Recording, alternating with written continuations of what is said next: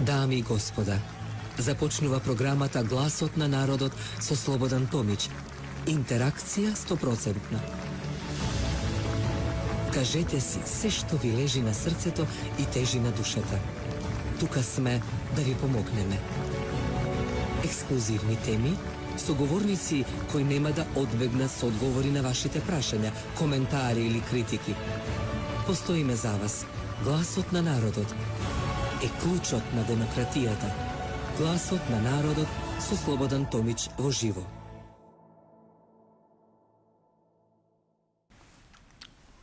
Добро вечер, почитувани, добродојдовте во петочното издание на Гласот на народот.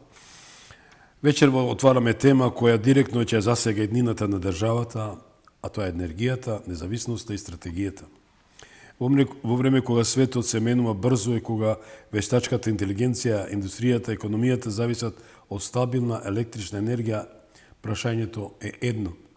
Дали Македонија има јасна енергетска стратегија или повторно доцни со клучните одлуки? Чебрен и Галиште повторно се враќаат во фокусот. Големи проекти и големи ветувања, но и уште поголеми дилеми. Дали тие се вистинското решение за енергетската стабилност? Дали државата знае што добива, а што ризикува? И каде е местото на граѓаните во целата ова приказна? Почитувани, ова се топикот, односно правците на вечерашното издание. Ќе го реализирам со мојот драг пријател и ваш почитуван професор доктор Константин Димитров. Добро вечер и добродојдовте. Добро вечер на вашите гледачи. Ќе ми биде задоволство да продискутираме за оваа тема. За некого му значи само, мене ми е животниот позив. Секако, ние имаме едно добро искуство, заедничко. И да бидам искрен, професоре, се радувам како скопјанец, како македонец кој живее 64-та година во Македонија, инаку роден сум во Србија, дојдов на 2,5 години тука во Скопје и станав македонец. Така се чувствувам. Значи, се што е македонско ми е во срцето, во дамарите. Особено кога станам збор за нешто што е неотуџиво право и собственост на народот, а некој сака да го отуџи и да си, викам, ја станал тоа го потребам Кичановиќ. Па ми велат соговорниците, Томич, кај ти текна тоа Кичановиќ? Па Кичановиќ ќе собере и ќе го метне во джеб. Кош, тројка. Не успеа таа тројка да се случи од една двојка, која се нумеролошки, сакаше се поигра со најважното нешто, тоа беше Чебрен и Галиште и јас ќе кажам, иако сака да прифатите, мислам дека Македонија победи. Од таа гледна точка реков дека темата што ја дефиниравме енергетска стратегија на Македонија, го ставив Чебрен, Галиште, обновливи извори и дали државата доцне со собствената иднита. Првото прашање, дали Македонија има јасна енергетска стратегија или повторно доцни со клучни одлуки? Во Македонија има напишана енергетска стратегија. Така. На секои 10 години се приготвуваат стратегиски документи. Ова е подолга од 20 до 40 година со визија до 50, но се прават на 10 години така наречени национални планови за енергија и клима. Сега се поврзани со тие две. Едно е што се предвидува, второто се можностите, третото е реализацијата или динамиката на реализацијата. Во стратегијата се пишува се што треба, но многу поретко е тоа усогласено со потенцијалните можности на Македонија, така да не секогаш со ист чекор тоа што таму е набележено, предвидено, се реализира.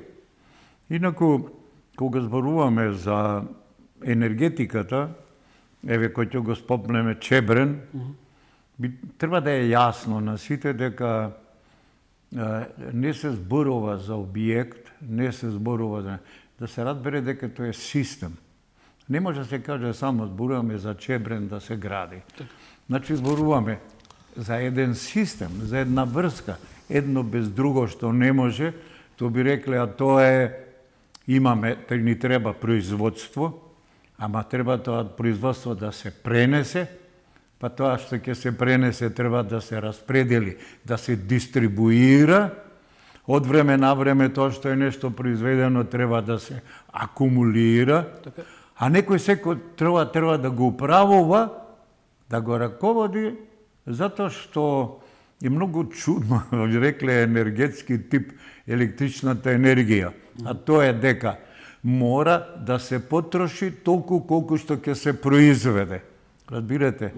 Може или толку да прими се, тука се овојата можноста што го додаваме сега, негде да се складира енергија која во определен момент се произведува, бидејќи никој не може да ја прими. Гледате, тоа е еден систем, многу тесно врзан, гледан само од енергетски аспект. Ама енергетиката, без да се поврзе со другите делови од општеството, не може да се гледа. Затоа што сега го спомнуваме Чебрен. Народот мисли Чебрен и го споредува со Чебрен, со брана, висока брана. А ја од секогаш велам Чебрен, ајде гледајте го поинаку и веќе, јас го нарекувам Чебренско езеро. Затоа што правам паралела еднаква со Мавровско езеро. Нека се потсетат сите каков беше крајоликот, пред да се направи Мавровското езеро. Би рекол, опустошен, без луѓе, со неколку фамилии што живеева во неколку тетија населби. А денеска тоа е еден центар туристички, да не кажам, не економски, затоа што веќе обезбедува да се живее од туризам и летно време, и зимно време, и како центар за спортски, за вежбање, подигнување кондиција. Хај па да не кажам околина може и производство на храна, блиску се тие деловите кај што има овци, кај што се прави сирење, сите одиме купуваме мавровско галичко сирење или гледате, одеднашка тој крај стана нешто. Па јас сакам тоа да се преслика во мојата свест. Чебрен е голема идеја. Тоа е проект, би рекол, нова генерација да го дигне, да го изгради, да има мудрост и сила, да не подклекне, да не троши енергија, можеби на други работи. Ај сега една диверзија на страна. Колку пари вложуваме во патишта, ни требаат, а не можеме еден Чебрен да го финансираме. Одеднаш да се размисли. Патиштава треба, комуникација се. Тие патишта само трошат пари, а Чебрен ќе враќа пари на државата. Ама Чебрен го дориме како езеро. Чебрен како езеро, значи 18 хектари водена површина. 900 милиони кубни метри вода.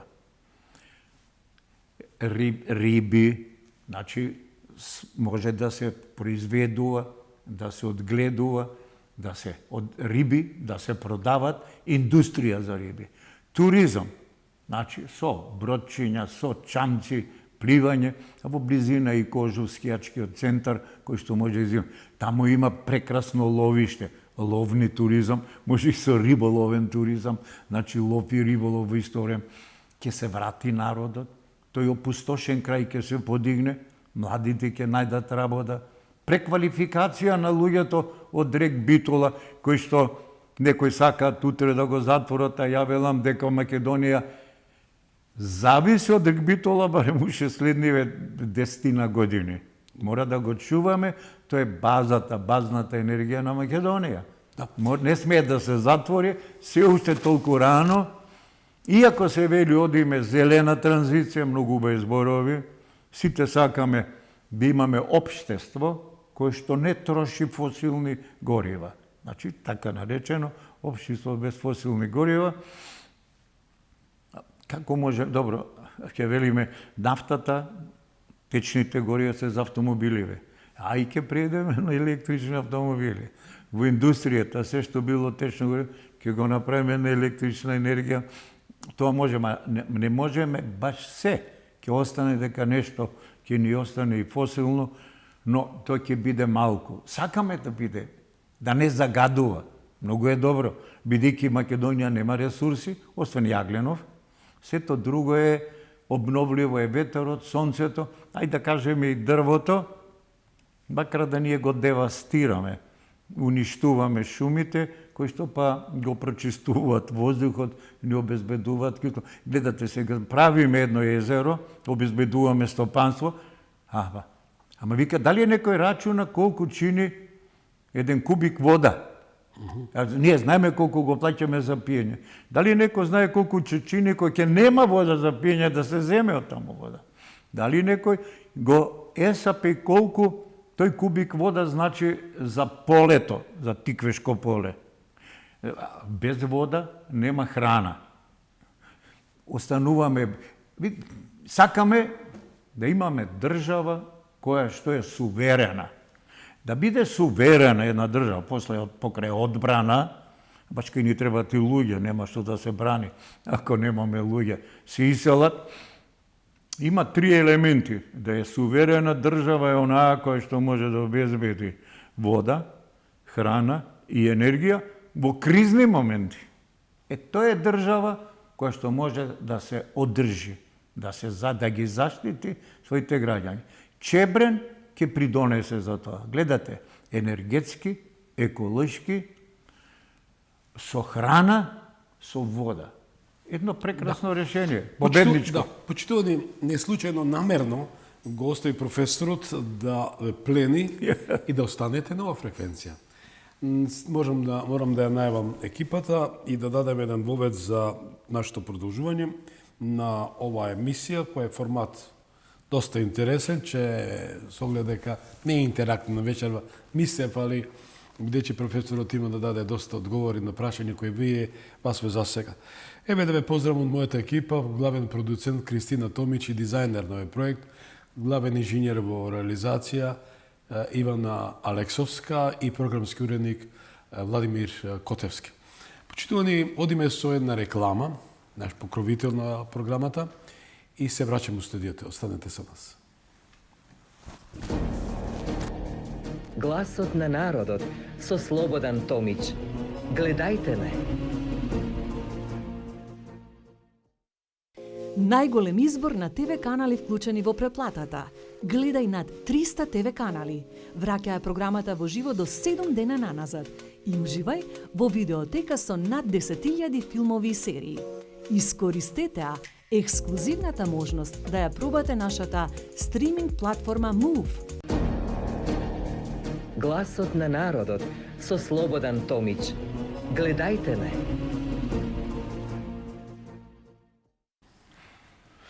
Да, почитувани, знам дека останавте натаму на оваа фреквенција, се уште сте, бидејќи професорот Константин Димитров знае да плени, знае да ве примами, не да ве примами, да ве освои. Од која причина? Бидејќи секој збор му е на место. Говориме за енергетската стратегија на Македонија. Не случајно почнавме со Чебрен и Галиште. Професоре, имаме еден омнибус или еден ТВ избор, кој нека ни биде еден нека катапулт, еден шлагборд за натамошниот разговор. Одиме со ТВ избор, тоа е еден чланок, еден прилог од нашите колеги од една национална телевизија. Гласот на народот со Слободан Томич. Гледајте ме. Да, овој ТВ избор се одлучивме за овој прилог кој е увертира за овој наш разговор. Професоре, една влада се залагаше да го отуѓи, да го даде, без никаков фидбек, нели? А актуелната влада, па напротив, рече дека ние ќе го градиме, со оглед дека тоа е во наш интерес. Можете дека постручно да не го елаборирате и не даете една оценка за што станува збор? Видите, не е за чудење или дека е прифатено. Можам да, колку што знам и колку што следам, техничката интелигенција во секторот енергетика генерално е за тоа дека Чебрен да се изгради, наш, македонски, ако веќе имаме партнер, минимум 51% да биде на македонски собственик. затоа што ќе го управува, ќе води сметка начинот на управување со водата во летниот период и сето тоа да.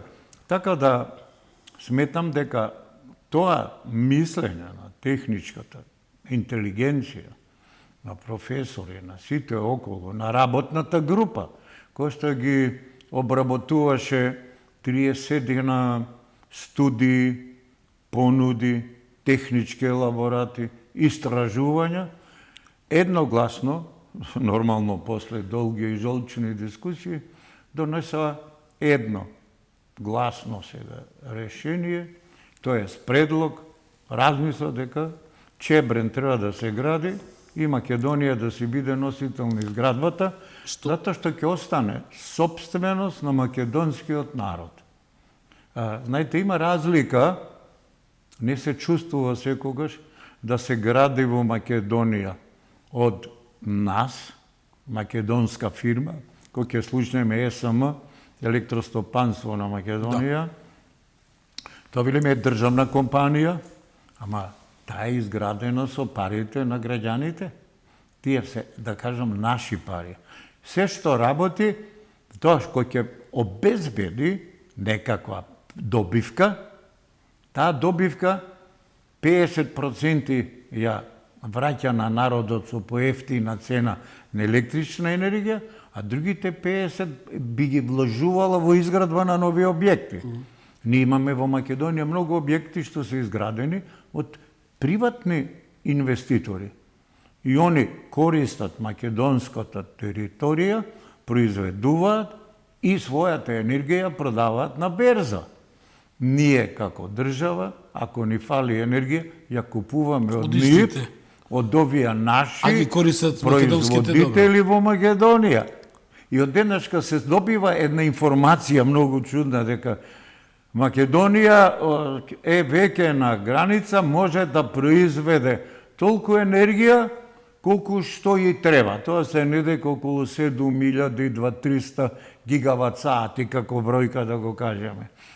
Да, ама Македонија увезува и уште 2000 гигават сати, зашто увезува електростопанството на Македонија, затоа што владата, која што има држава, се грижи за социјалната благосостојба на граѓаните, да не ги почувствуваат промените во цените на енергијата во едно бурно време, а секогаш е некако така во узбудливи случаи има редовно околу нас геостратегиски кои што не погодуваат, особено нас малите. Значи ја држат на прифатливо ниво таа цена, а и да не кажеме дека на едно од најниското ниво во регионот, да не ја спомнувам, Европа. Тука државата субвенционира делумно во цената за да не се подигне, да не страдаат граѓаните, им враќа.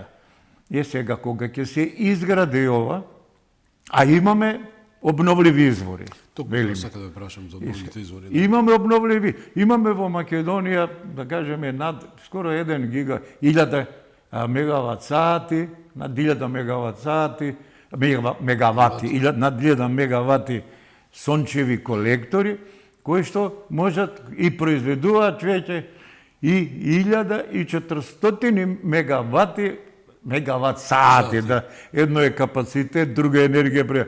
Тоа е веќе скоро 1500 гигавати од оние 7000 што ни треба. Тоа е голема количина. Ама се произведуваат генерално во летно време. Се произведуваат во тесен период од 4-5 сати. Тука Чебрен е она што велиме е повеќе функционален. Оно има капацитет да прифати во себе таков вишок на ефтина енергија и да ги задоволи потребите на граѓаните во оние попладневни вечерни часови, кога цената на електричната енергија неколку кратно повисока во однос на онаа цена што е преку ден. Може би како информација интересна, некој куриозитет. Во тие моменти, особено сабота и недела, на европската берза, мајзарска, Тие што произведуваат енергија од колектори и ја пласираат во мрежата за користење, мораат да платат 500 евра за да им се прифати енергија. 500 евра за мегават саат. А во Германија тој еден ден се качи на 830 евра мегават. Казна би рекле. Јас спомнав да му треба некој во системот да управува, да балансира. Таков кај нас балансере МЕПСО, кој што рачуни и прави некоја балансирање меѓу производството, потрошувачката, кај да се на... Значи, гледаме уште една многу битна функција на Чебрен, да ги акумулира вишоците, бидејќи се предвидува неговите турбини да се реверзибилни. Тоа значи дека во тие определени часови ја враќа назад водата, работи како пумпа, ја враќа назад во езерото, па после ќе се врати назад, ја шета водата горе-доле и при тоа прави финансиски придобивки за електростопанство за Македонија. Ќе остане кај нас таа придобивка. Купуе ефтина енергија, ја пласира кога е многу скапа, не мора да ја плаќа по 150 евра за да ја купи моментално, бидејќи нема капацитет да ги обезбеди тие 7200 потребни гигават сати на годишно ниво. Немаме толкав капацитет, покрај што имаме хидроцентрали, мала количина на ветерни централи, овие 35 што ги имаме ќе станат не дека 40 и нешто до 50, веројатно ќе се инвестира. Тоа што градат други по 400 мегавати не се наши, да се знае. Овие 1100 мегавати сончи колектори не се наши. Они се само на македонска територија изградени. Сега веќе тргна и електростопанство да гради. А ја па секој пишува во Нова Македонија дека е добро електростопанство да направи јавно-приватно партнерство со граѓаните. Тоа значи? Тоа значи, секој граѓанин му вели, ако поставиш ајде заеднички да поставиме сончеви колектори на твојот покрив. Ја ти плаќам 50% од инвестицијата, а ти ќе ги поставиш, ти 50%, стави ги колекторите. И колку ти користиш и колку сакаш, оние 50% што се произведени плюс од тие, ако произведеме 100 единици, ти си платил за 50, јас моите тие 50 ќе ги земам. Од тие твоите 50, ако ти искористиш 30, јас ќе ги откупам и оние 20. Што добиваме? Македонија се ослободува од увоз. Домакинството се еден од најголемите потрошувачи на електрична енергија. Се смалува притисокот на електростопанство, производството што го прави електростопанство може да го пласира надвор и да прави приход и да биде она што го паметиме на времето електростопанство, најголемиот мецена во Македонија. Да. Подржуваше фудбалски клубови, секакви спортски екипи, градеше одмаралишта за своите вработени, помагаше финансиски, културни настани, а сега е на ниво да преживува. На обстанок. Еве го гледате како и таа обновливите извори е добро, ама да ги градиме ние. Колку има сенс слух актуелната влада, имајќи факт дека со самиот чин на прифаќање и одлука да се гради со македонски средства, односно тука беше станал збор за една средба, исправете ме дали беше од Давос или беше во Отиват, али Давос мислам беше така, кога падна одлука дека американците изразија интерес, дадо интерес да се користи антимонот во Крива Паланка, на сметка на тоа да биде финанска придобивка за изградба на Чебрен. Околу $1 милиарда. Имаше идеја да биде партнер, стратегиски партнер во изградбата на Чебрен, американска компанија, да стане, но убеден сум дека без обзир што ќе биде со антимонот, Чебрен ќе се гради како македонска инвестиција. Добро. Значи, јас сум убеден, верувам и се залагам за тоа. И предпоставувам дека и премиерот има многу повеќе информации и веројатно ќе дојде и би го споделил таквиот став.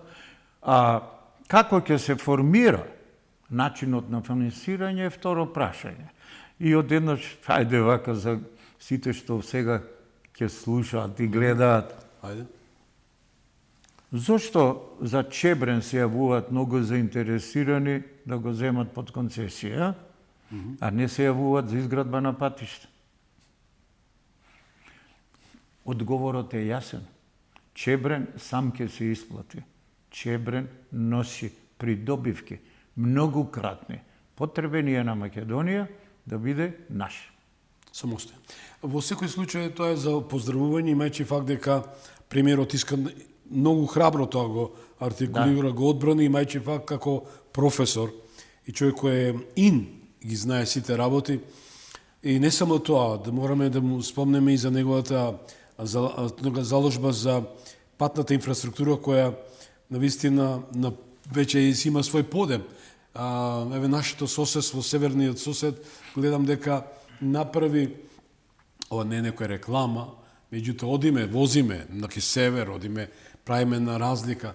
Значи цела Србија тоа инфраструктурата се обновила за неколку 5-6 години, што некојаш ни 60 или 50, исправете ме, години не беше инвестирано. Значи, државата се спои, народот се спои, семејствата што беа оддалечени, не можам да се го посетам војко ми, мајка ми, татко ми, пример.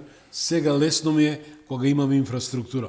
Значи ли тоа дека овие 6 автопатишта кои веќе се на повидок ќе донесат нови благодети, нови позитивни вредности и демек нема да биде таа негативна кампања што некој ни ја наметнува, не удира и секојаш века Македонија тоне со оваа екипа, не сум реков секојаш не сум ја протеже. Јас пак да се надоврзам дека и енергетиката, кој ќе кажеме систем, не е само Чебрен тука. Се ќе објаснам и за кога зборам систем, велиме градиме врски. Ама не се само тие врски патиштата, не се врски само железниците. Ние градиме сега голема врска со транспорт на природен газ. Значи, пак е тоа во секторот на енергетиката, ама врзане и со производството на енергија, во денешка правиме врска. А што се ќе купиме, имаме транспорт да се снабдиме со газ, но сега од денешка тоа стануваме нешто што пред 15 на години тоа беше голем проект, проектот Тесла кој што беше гасовод од Солун, над северна Солун, да стаса до австријската распределителна станица, која што во техничките јазици викаат хаб, као не. Тоа е распределителна примопредајна станица и која што би ги снабдувала Европа со газ, кој би дошол од југ. Дали би дошол од Русија, дали би дошол од Касписко море, од Азербејџан, дали утре ќе дојде од Израел или од Кувајт, од кај ќе биде. Од секдека таму гледаме дека тоа што ја пред 10 години на еден симпозиум реков да се изгради тоа нема да дозволи НАТО, на вистина излезе така, ама сега НАТО помага да се изгради. Од кога Македонија влезе во НАТО, ќе се гради овој гасовод и ќе се поврзе Србија. И верувам. Интерконекторот, што преку Грција интерконекторот што треба да се... Да, тој гасовод кој што го врската што е Нома го гради и ќе го изгради до идната година, веќе е подпишан договор од Клечовце оди кон српска граница.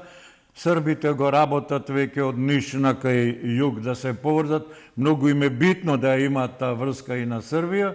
Во меѓувреме се разговара, Косово се уште не е толку многу заинтересиран за газ од некои негови причини, но за да се поврзе Црна Гора со Македонија ќе се направи веројатно и таква врска да се поврземе преку Албанија и со Црна Гора гасоводите. Ќе биде и тоа релативно брзо. Гледате, тоа едната, ама ние не може да произведуваме само енергија а да не може да ја пренесеме.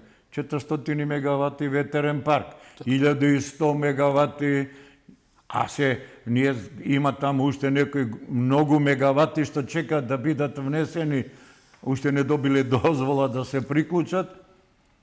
Мораме да градиме преносни системи.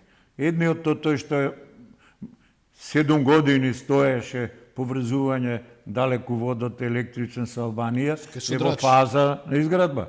Но и овие што ги имаме, високонапонски 400 киловолтни, веројатно ќе ни требаат и други, за да се поврзат овие големи производители, концентрирани што се на едно место, да се пренесе таа енергија. Не може да ја произведе таму и да стои. Ме разбирате, гледате, тоа е систем кој што во исто време треба сите да се градат. А зошто па гасот? Ако го изградиме гасоводот, што ќе му правиме на гасот? Мора да изградиме собствена гасна когенеративна централа. Кај ќе биде? Приоритет е Битола. Многу природен приоритет. Имаме таму локации, има обучени луѓе да манипулираат со турбини, со друго, и помошните делови. Во Битола е изграден далековод за топла вода од централата до градот и низ градот веќе е развиена дистрибутивна мрежа за топлификацијски систем. Имате и енергија, имате и парно. Има моментално, кога ќе влезе во погон, дали ќе биде година или до година, не сум сигурен, ќе чуеме, јагленот ќе се потроши. Ама зато ова гасна когенеративна постројка е онаа базната. Во моментите кога ќе нема сонце, нема ветер, или кога одеднаш имате многу сонце, еден облак ќе дојде, нема производство. Системите морат брзо да го примат тој удар, да произведат енергија ако има потрошувачка. Тука помагаат доста така наречените батериски системи. Тие се системи кои што можат да акумулираат енергија на еден ден. Не можат на месец дена да акумулира. За тоа ќе ни служи Чебрен. Еве некако го, ајде Чебренско езеро ни треба. Да. Во контекст на сето тоа спомнати тие, јас сакав да ве прашам на тие батерии кои ја акумулираат таа енергија.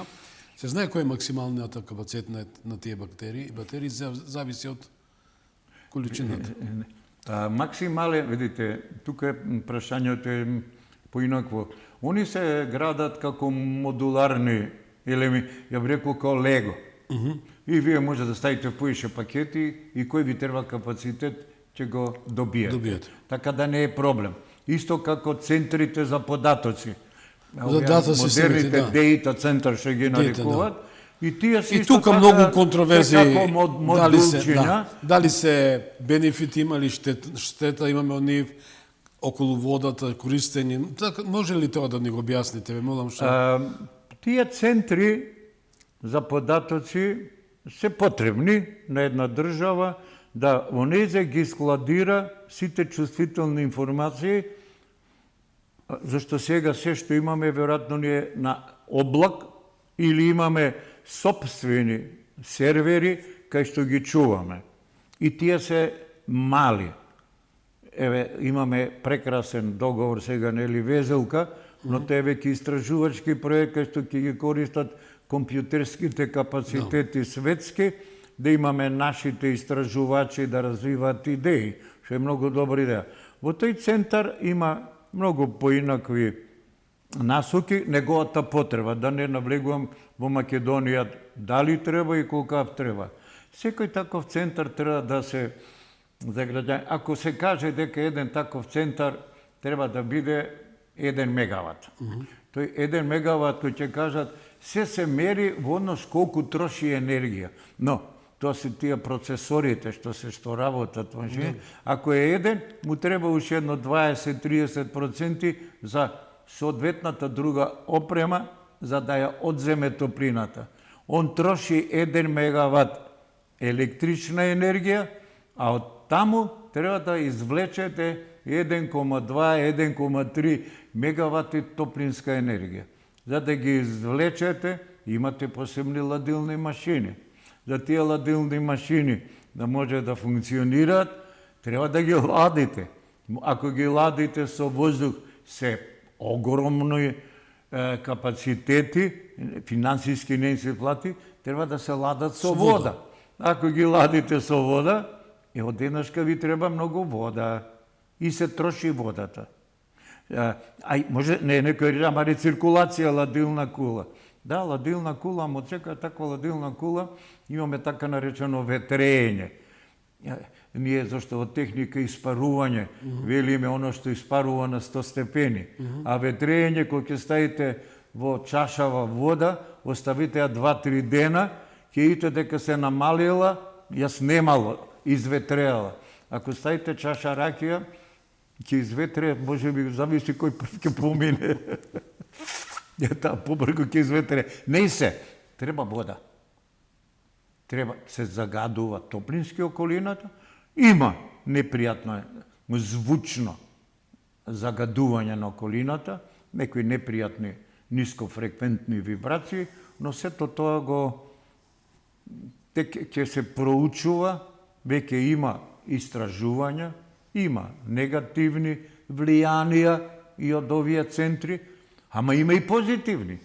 Бидејќи велиме голема количина топлинска енергија треба да се земе. Ние енергетичари тоа рекле, одлично, таа топлинска енергија е нискотемпературска. Ако ми е овој центарот блиско до град или на разумно растојание, неколку километри, зашто е од Битола, и рек Битола 8 километри, сум направил цевковод. Ако е 7-8 километри од еден голем потрошач, таа топлинска енергија е ниска температура. Со голема топлинска пумпа ќе ја подигнам на повисоко температурско ниво и ќе го греам градот со таа топлинска енергија. Што реков, ја правиме системи. Системите да бидат врзани еден во друг, за да може максимално да се искористи потенцијалот на енергија, а со тоа и минимално во разумни граници да се загадува околината звучно, топлински, хајде некакви еколошки со тие CO2 кои што се исто така само за нив се зборува. Еве гледате за загадување како на природата беше исто така конгенеративната, исправете ме, таа централа што има посебен бенефит, бидејќи и председателот на владата спомна дека тоа треба 2 или 3 колку требаше да се изградат за да се справиме со тој голем проблем околу есенските, зимските денови која не напаѓа маглата, нечистиот амбиентален воздух и се тоа. Значи, гледате, това е иднината, моментално. Зашто сега? Ова е, да кажеме, транзицијски период, дека да преминеме на 100% користење на обновливи извори. Тоа може да биде до 50 година е програмот. Сега сме уште 25 години. Ама една когенеративна постројка може да трае 20 години, 30 години, многу квалитетно може да се користи. И да усупа. За Скопје му треба. Во Скопје ние имаме една, ама не е наша. Та е приватна. Ама е благодат. Тоа е руски капитал, така? Беше руски капитал, се зборува сега дека од русите некои наши пријатели тајкуни го купиле. Немам точни информации, нити ме интересирало кој е собственик, но знам дека не е во собственост на електростопанство на Македонија, значи не е наше. Беричето тој си го гледа. Имаме и ние придобивки, да ви кажам. Што? Топлинската енергија ја продава на Топлификација Скопје со разумна цена, која што е само 40% во однос на цената на топлинска енергија, која што инаку се произведува во водогрејните котли на Топлификација Скопје. Значи, ние имаме придобивки. Моите информации се само дека и дел од таа енергија користиме, затоа што би требало да се изгради уште еден цевковод, да може таа топла вода од Тето Скопје да дојде кон така Тето Запад, овдека што е во овој дел на градот, кај што има голема концентрација на потрошувачи, Така да се уште може да видиме во утринските часови дека оджаците дека во Карпуш 3 чадат, работи, макар да се на газ, се создава некое саѓе или повеќе има водена пареја која што прави да изгледа страшно тој димот, чад што се појавува и со еден уште цевковод би може да се користи целиот тој кап. Арно, ама има многу голем дел од Скопје што не е поврзан на топлификацијска сметка. И премиерот го знае, тој и го спомна, дека во дело од градот Скопје мора да се изгради дистрибутивна мрежа. Зборуваме за дистрибуција, за мрежа и енергија. Колку проценти од градот не е покриен? Па, има веројатно, ако имаме ние, некои имат откажани, ја мислам дека најмалку уште едно 200 мегавати топлински стојат на располагање да се поврзат на топлификацијски системи, дека вака да направите. И нормално па треба да се размислува за изградба на дистрибуција на природен газ на Скопје. Не за граѓаните, бидејќи може да им дојде економски прескапо, да не го образложувам зашто, ама индустријата, тоа би било изузетно благодет да се економска преклучат на оправданост за природен газ. потрошувачите и за граѓанството во секој случај. Зависи дали граѓаните имаат претходно, еве ќе ви објаснам многу едноставно. Ако имате индивидуална куќа, имате котел и централно грејење на својот дом, тој котел ви работел на течно гориво. Многу едноставно ставате гасен горилник, со гасот обезбедувате и ќе ви се преполови трошокот за... Значи, едноставно. Но ако ви имате куќа, немате таков котел, немате систем за грејење, треба да купите нови системи за грејење со газ. Дали ќе, ако купувате котел, треба да правите сега мрежа, радиатори или фенкоил апарати, ако дувате, или па греалки на газ, ама и тие греалки треба да работат, да бидат затворени, продуктите на согорување да ги носите во оджак. А тој оджак треба да биде заштитен, затоа што продуктите од согорување од природен газ кои излегуваат низ оджакот, се кондензираат и паѓаат доле низ оджакот и прават проблеми, да не навлегуваме. Би било доста скапо. Треба да купи бойлер на газ. Треба да купи шпоред на газ. Треба да купи фрижидер на газ. Прескапо. Да. Дали можеме тука на мала еден брейк да направиме со оглед дека дојдовме на половина од емисијата. Тука би предложил една музичка завеса и се враќаме повторно на студиото. Останете со нас.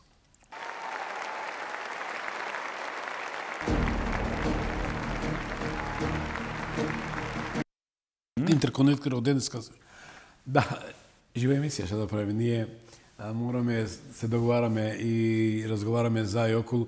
Мислев интеракција, али решив да не ме вклучам, со оглед дека знам дека гласот на народот е приматот, но интересно со професорот се говори, а знам дека ве интересира за цената на енергијата, на електричната енергија, за горивата и се тоа што еве.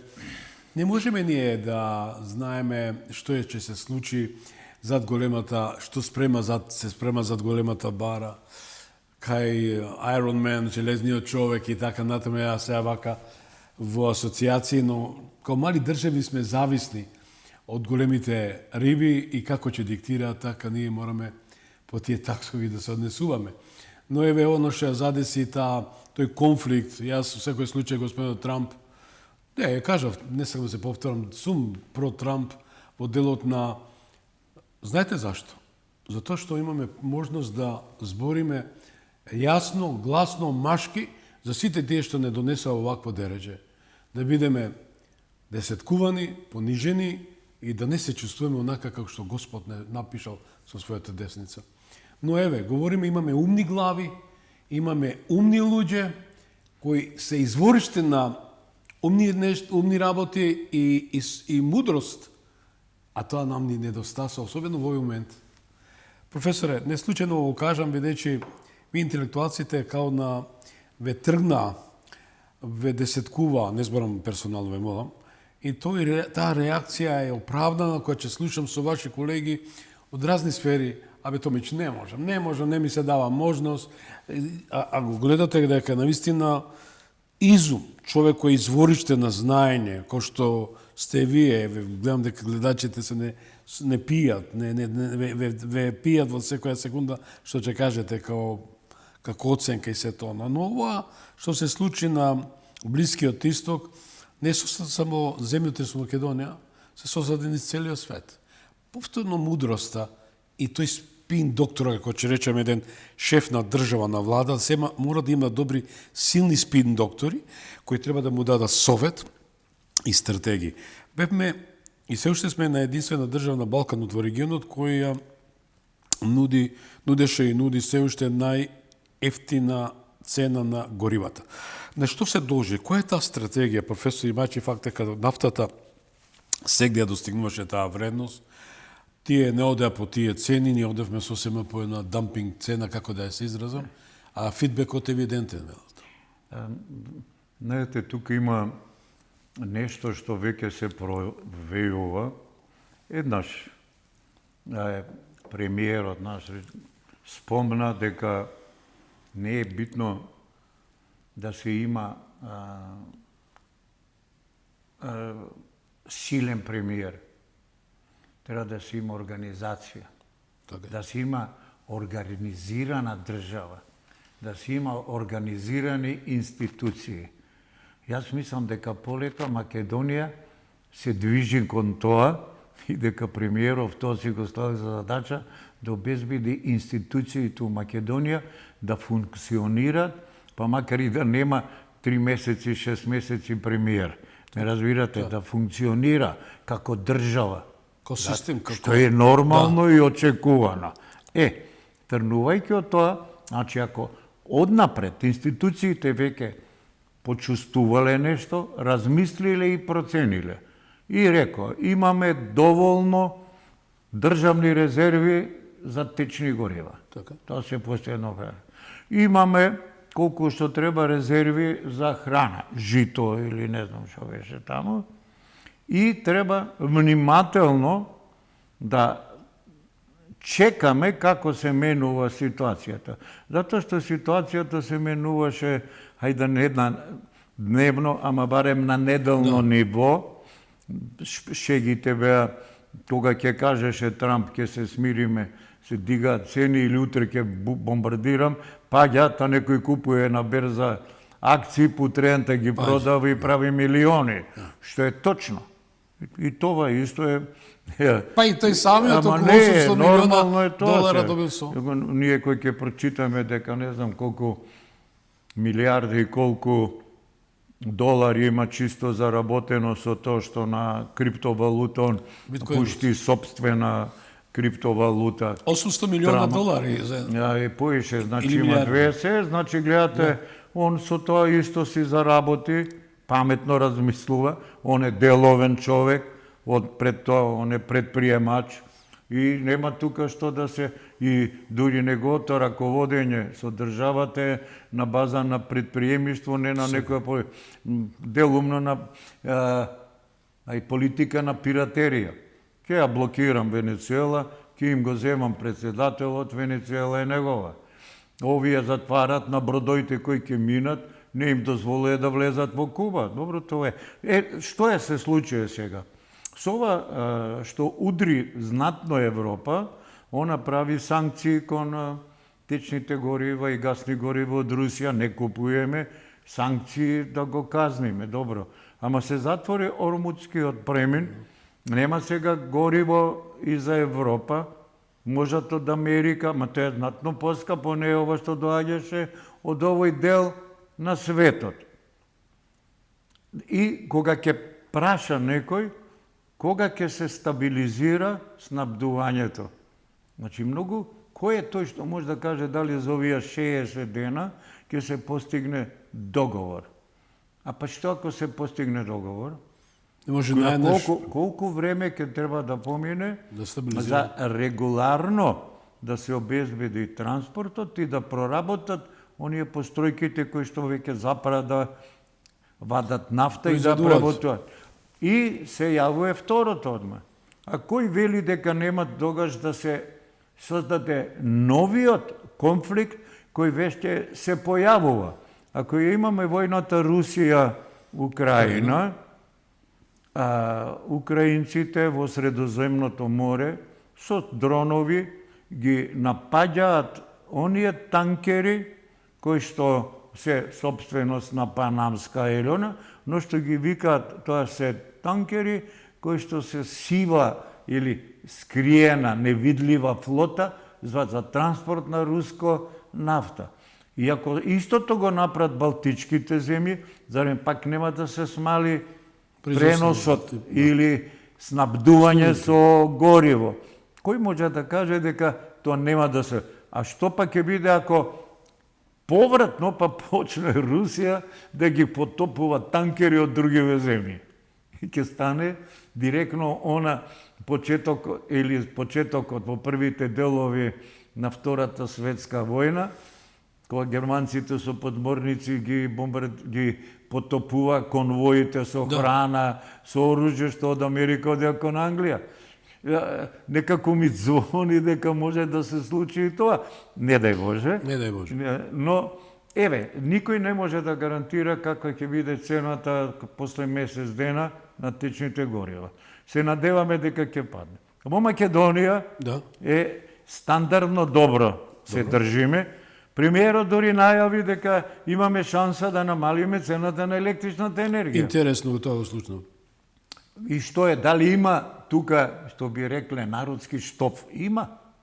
Затоа што електростопанство, кој што имаше обврска, презема заради социјала, на ЕВН да му продава 100% од потребната електрична енергија, каде што е на нисконапонската мрежа, а таму се граѓаните и овие општествени градинки, болници, сите тие приклучени, институциите се државни, на таа мрежа и поевтина енергија. Сега веќе се договорено ќе биде од идната година само 70%. 30% може да продава на берза. Ама со тоа ќе заработи пари, оно што ќе продава. Тој 70% може наместо 64 евра што му е продава на ЕВН, ќе му е продаде за 55 евра. Има можност. А не само тоа, што прави? Во тој временски период кога има многу сончева енергија, која што на берзата доаѓа на ниво на нула, да нема негативно уште во Македонија, на македонскиот оператор. И он ќе ја купи таа за многу ефтини пари, ама он ќе ја купи таа што треба да му ја даде на ЕВН. А во исто време нема да троши вода од своите акумулации. Од Маврово, од Шпилје, од Тиквеш, ќе ја задржи малку водата, од Света Петка, Козјак, сите тие хидроцентрали, ќе пушти мал проток на вода, колку да се сочува минималниот поток. Кога ќе дојде висока цена, ќе пушти повеќе проток, ќе го има, и одеднаш ќе гледате, тоа е, оно го викаме, тоа е систем, каде што се управува, интелигентен систем, мајде англиски го викале смарт, за некој, да не ги збунам нашите техничари кои што не разбират македонски, само користат туѓи грди зборови англиски на кирилица, ја ги нарекувам јаничари на македонскиот јазик. Не се, гледате, таква една врска е тоа, и пак кој ќе да се користи од денешка дека имаме шанса електростопанство да се дигне, да придонесе за напредок на цела Македонија и има можност да намали цената на електрична енергија на еден ваков мудар начин, балансирање, купо-продажба, финансиски, затоа што има можност да акумулира на подолг период, може да акумулира. А замислете го Чеврен, кој он може да акумулира 300, он има можност у даден момент 300 киловати да преземе секој саат енергија. Колку време би се изградило тој систем? Тешко прашање. знаете, вика, кој ќе го гради, дали е, вика, се гради кај нас или у Кина. Одеднаш кај сите ќе се насмеат. Предвидено е технички дека за 7 години би требало да се изгради и таа висока брана од 192 метри. Тоа е една од највисоките брани Па, во регионот. да, знатен објект кој што би бил и прашањето е како ќе се полни со вода, дали ќе почне постепено, ќе се чека до крај, тоа е веќе прашање на управување со изградбата на тоа. Треба да се знае, кога се вика Чебрен, не се гради само Чебрен. Пред таа брана се гради една предбрана во водата која што е една 40 метри висока, која што го фаќа талогот кој што се тече за да не дојде до браната, кај што има механизми за отварање зена. А после зад него па се прави втора брана која што е 5-60 метра за да ја задржи водата, така наречениот Орлов камен брана, каде што ќе врти водата. Зима таму, па после ја пушта доле. Ето, това е идејата, едно систем. Да, македонски компании би ја градели или би имало? Немаме доволно компании и вработени кои што да се ангажираат, сите треба. Еве, бидејќи генерално ќе се работи со механизација. Треба, значи, луѓе кои што ќе возат камиони, багери, ќе се има мешање на бетон, тоа се посебни системи со канистери, треба да се дигнат високо 200 метра па да се спушта надоле. Многу е специфична изградбата на браната, да не објаснуваме, тоа ќе бидат се луѓе со механизација. Дали имаме потреба од државите кои се познати, Кина? Дали ќе ни треба? Јас мислам дека е мудро, а и мораме, има редица опрема која што е многу специфична за изградба на вакви брани. Таа опрема нема резон да се купи бидејќи ќе се гради една брана. Таа може да се земе под наем. Услуга. Ќе се земе под наем и дури може да се ангажира со луѓе кои што знаат да оперираат со неја за да работат. За определени делови во приградбата стандардно може да се ангажира тим кој што ќе работи месец, 2 месеца на тој дол да го заврши и свршена работа. Македонија да го управува, Македонија ќе раководи, Македонија ќе зима потребен тим да заврши некоја работа, бидејќи имаме многу градилишта ќе имаме. Во исто време, ако почне утре Чебрен, треба да градиме железницата, треба да градиме патишта. Цела инфраструктура која моментално имаме една голема фирма, за жал градежна, Гранит, и да ги абсорбира сите луѓе. Само има и нешто добро тука. Тоа е шанса да се вратат голем број на луѓе кои што отидоа да работат на печалба во Германија, во Шведска, и тоа е една многу голема шанса. И предизвика да не кажам колку голема шанса е за младите кадри таквата изградба. Тоа е учење при работа, учење при изградба, заедничко проектирање со проектантски тимови, контрола, ние ќе купуваме турбини, не е битно, некој ќе иде таму да ги гледа, да ги проучува, ќе треба да се формира тим за нивно одржување. Разбирате колку млади луѓе ќе бидат тука ангажирани, задржани да не отидат надвор во туѓина. Млади, стручни кадри ќе си останат на тој мега проект. Ама тој проект не го правиме за денес и за утре и за задутре. 150 години минимум тој ќе биде функционален. Ќе биде тоа објект кој што континуирано ќе се користи во тој натаму и ќе носи придобивки на Македонија. Ова не се бајки, ова се вистини што јас сакам да заедно со вас да ја пренесем на јавноста, бидејќи ние сме познати во светот како градители, професоре, ќе се согласите со мене. Во една прилика, пред да дојдам во електронските медиуми, морам тоа да го кажам, бидејќи бев на правен факултет, го завршив тој, па уште 2 други факултета. заминав во една градежна оператива каја деташираше работници во Либија, Ирак, во Мисурата, нели, во Ирак, токму на градилиштата во Багдад. Да. И тоа видов колку луѓе имаме способни градители во градежниот оперативен систем. Дали тие сепак би можело, па се генерацијски не се како мене, има и помлади, кои би можело да ги вратиме назад, или нивните деца. Дали, сакам се од тоа го апострофирам дека македонецот е познат како неимар, како градител, како изведувач. Сите тие луѓе се изградија како стручњаци при градба, во работа.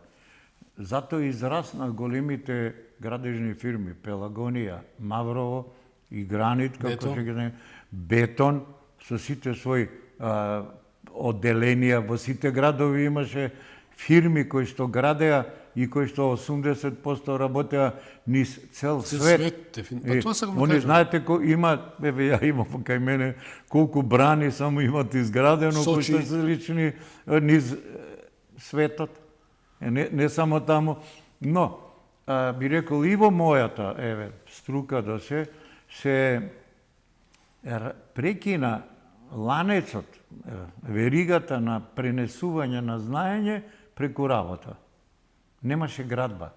Кога немаш инвестиција, кога не се гради, кому ќе пренесеш знаење? Дали некој свесно го направи, професор? Тие луѓе можат за кусо време да стекнат определени знаења и да го водат тоа што ќе се изгради. За жал, моментално станавме потрошувачи, а не производители. Така. Не разбирате? Знаете што, само ако ми дозволите на мала дигресија, кога беше на големата таа депресија 2008-2009, исправете ме, светска криза, беше на гости еден политичар и вели вака, кај нас во Европска Унија имаме 2-30, карикирам, кранови. Во Македонија имаше преку 100. Значи, кога е криза, се гради. Бидејќи рековте иверзибилен повратен процес, кој врача пари, оплодува и создава позитивен раст. Еве, како ја гледате Македонија во наредните 5 години? Ќе одиме напред. Со оглед дека секаш како домаќин, давам право, можност и замолница до мојот соговорник да се обрати до јавност, апропо ова тема што денеска вечерва ја начнавме и прашав дали Македонија ја губи битката со енергетската независност, но како што слушнав и гледачите, значи нема никаква губи, да речам, негативна резултанта на сето она. Но еве, ова е вашата камера, ви молам, обратите се до јавноста. Да, ја мислам цело време јас имав зборував кон вашите гледачи. Така да цело време. А само на крај можеби да додадете. Дека јас нема да ми се налутат, особено ти бидејќи си од Србија, да искористам една српска поговорка, бидејќи е така звучна. Таа вели вака: у се и у своје клюше. Така. Можеме со сопствени сили да твориме, да станеме производители, а не само потрошувачи. Не смеам да го заборам и да им честитам вториот роден ден на Министерството за енергетика, особено госпоѓата Сања Божиновска, која беше атакувана од сите можни арсенали. Луѓе мои, зарем толку бе сте злочести. Радувајте се на нешто добро. Јас и тоа го кажав и во претходната емисија. Лесно е да оцрните човек, лесно да убиете човек, но дали спиете мирно после сето тоа? Носиме, Господ испрача луѓе овде кај што имате енергија, имат знаење. Следите ги добрите од вас. Не ги уништувате. Професоре, еве, Министерството за енергетика, колку што видов госпоѓата Божиновска, рубинот го брендира, што навистина црвениот рубин е еден трейдмарк, заштитен знак за Македонија. Имаме и уште лорандитот и ред други работи кои навистина луѓе доаѓа тука у куферчиња, не ајде да се послужат, ќе речам, и ќе однесат нешто минерал кој е еквивалентен на сончевата светлина. Ве молам, тоа и ме интересира, ве како експерт за... Има тој сектор е во секторот рударство и тоа е добро е кога имаме нешто карактеристично да биде да му се даде нашето име, со тоа се бориме за нашата самобитност. Така. Значи, ова веќе продолжувам и после моето последно обраќање. Но, секој елемент кој што зборува за македонскиот код, за душата македонска, за името македонско, за зборот македонски, како детено Македон, кој што се појави да е меѓу тие три светски во даден момент меѓу најумни деца, да, се раѓа, го имаме. И за жал, многу работи кои што требаше да бидат наше име, туѓи збор бренд, нели, како викаат, ни ги зема други. Ти земали името на ајварот, ни го зема името за шарпланинецот, ни ги земаат бидејќи сме инертни и не сваќаме, не сме освестени дека никој ништо нема да ни даде. Се што треба да биде, мораме сами да го земеме со борба, со тепање, со глас, со буткање. Ако доста беше на ведната глава, сабија не сече. Подобро, нека ти удрат две шлаканици, ама еднаш ка гризни, па ќе го боли, втор пат нема да те удри. Благодарам многу што бевте мој соговорник и сигурен сум дека ја пленивте публиката, а мене особено ме почастивте со вашето присуство и сега сум исполнет до крај со енергија. Господ нека ве благослови. Почитувани, професор доктор Константин Димитров, експерт за енергетска ефикасност, не само за енергетска ефикасност, мудрост, кај што навистина извориште реков на таа мудрост која треба сегде сите од вас да ја пиете. Репризата гледате утре и у недела. Да сте ми живи и здрави, се гледаме наредниот петок. Пријатна вечер. Една емисија, еден човек, еден народен глас. Подсетник дека демократијата не е елитизам, туку учество. Гласот на народот со Слободан Томич, клучот на демократијата.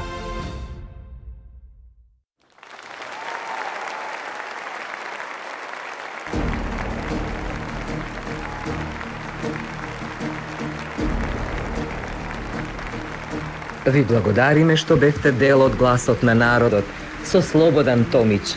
Ве очекуваме утре, во исто време, на Вистинска телевизија.